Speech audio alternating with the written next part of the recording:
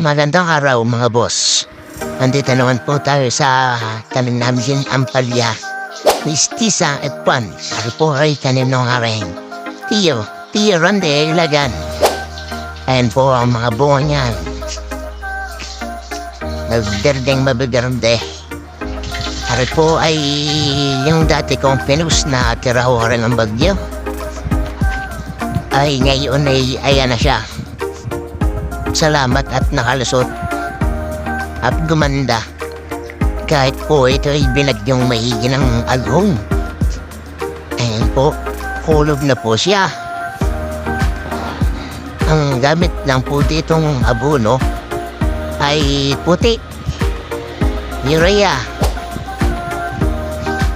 at saka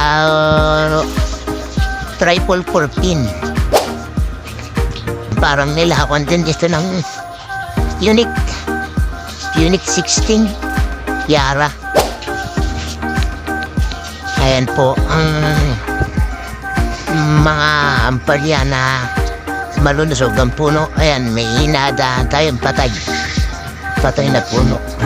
Parang nahalip ng mower. Nagmower kasi kanina. Ayan po ang mga bungang gabarasan na ho ng bata yan. Ara naman po yan. Yan po ay mga pasunod na puputihin. Sa pasunod pong puti yan, yan ang mapuputi. Ayan, mga nagdaan sa kawayan na yan.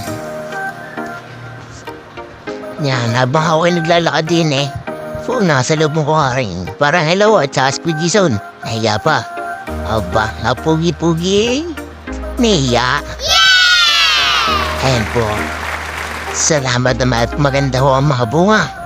Marami yung buko. Yung lawak naman po namin tanim na yan ay capacity po niyan ay 2 lata lang. 2 lata lang yung tanim na yan. At ang ginagamit naman namin pambomba ay gold lang po. Tsaka yung pansulbot namin sa mga bunga, gold lang din. Thank you po.